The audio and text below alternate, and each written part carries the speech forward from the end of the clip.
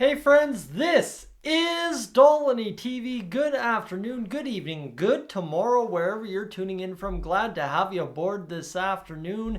So we get fired up to discuss, well, I guess that's actually almost 8 o'clock when I post this, so this evening, my apologies, sidetracked myself for a moment.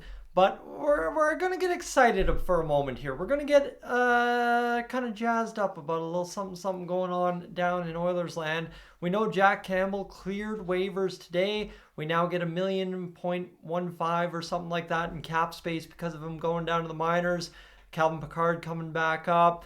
Temporary fix, and that is what we have been promised. Is everywhere you read, no matter whether it be Gregor, Friedman, Spector, Principe, I mean, anybody who's anybody. Kevin Weeks probably has also already thrown his 2 cents in on the matter when it comes to the Oilers finding a goaltender. So we've had a lot of downer and we're losing and just having a bad time, doom and gloom talk, as I've kind of paraphrased it as.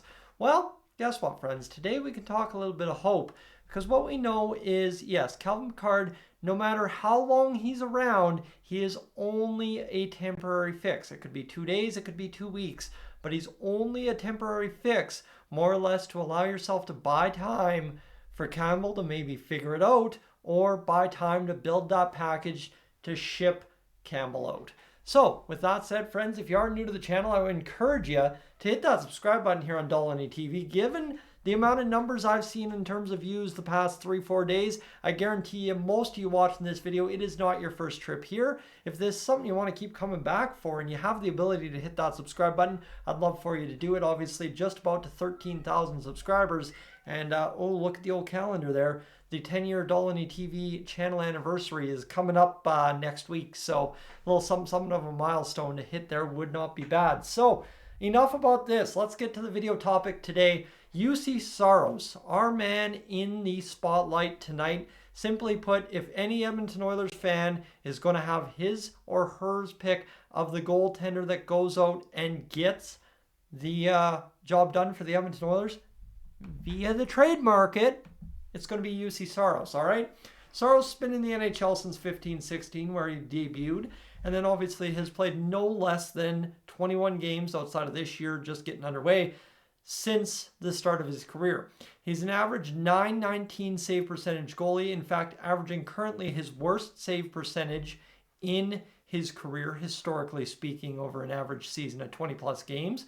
4-6 record, 273 goals against average, and then, well, guess what? The save percentage, like I said, .911 right there. So it's looking decent for Juuse Saros. In fact, when you're talking about Oilers save percentages, we haven't seen those kind of numbers in ever. So we're good. We would love to take that kind of guy on as a great addition to the crease in Edmonton. Obviously, the defense remains a problem, and so too does the lack of scoring and depth scoring.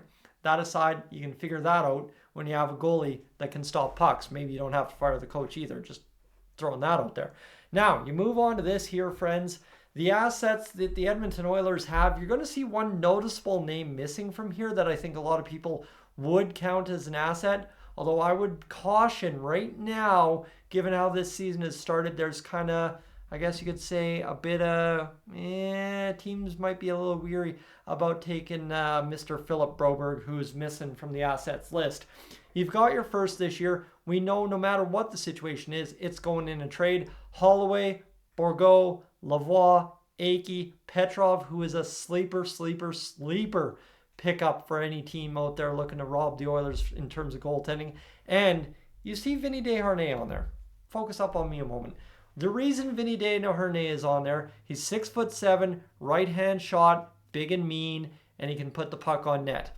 Again, you can say what you want about how you like his defensive style and stuff like that, but for any other team, we know Toronto was calling about him in the preseason. He's a valuable asset for how much he makes, and B, the role that you can put him in, and more or less, if you had a great defense in Edmonton, you wouldn't be worried about Vinny Desharnais costing you a goal every 3 games, right? Because it would only cost you a goal every 3 games, not the whole defense melts down, goalie stops saving pucks, and you're screwed.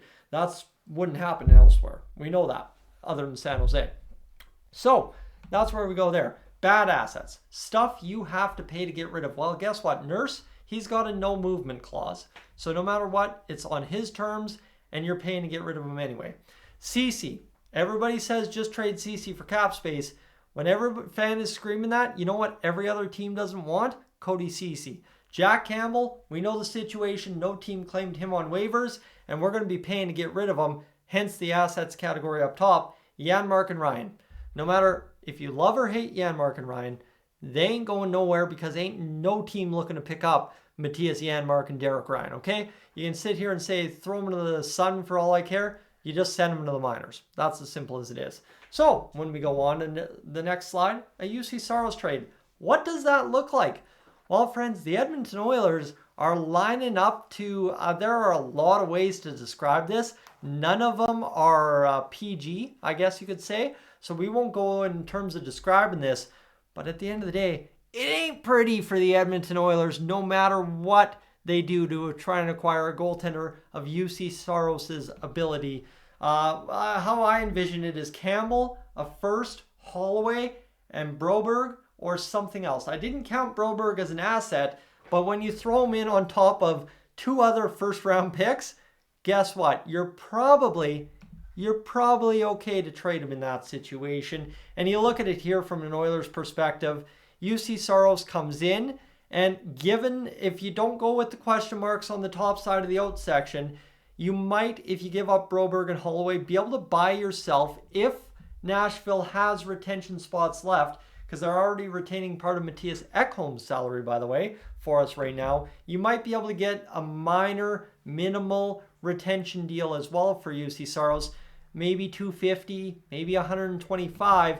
But if you can buy yourself a few extra dollars on cap space to work with throughout the season, you've all seen on Twitter the whatever machine you want to call it, Puckpedia putting out the cap figures for the Oilers by the trade deadline. You can stretch what was supposed to be a grand total of right now less than $1 million cap space to $3 million by the deadline. Jordo, can I call you right back? We're live on Dolany TV. You can call me back. Yes. Okay, give me a minute. All right, friends, there you go. That's how we do it. Busy business, keep on going.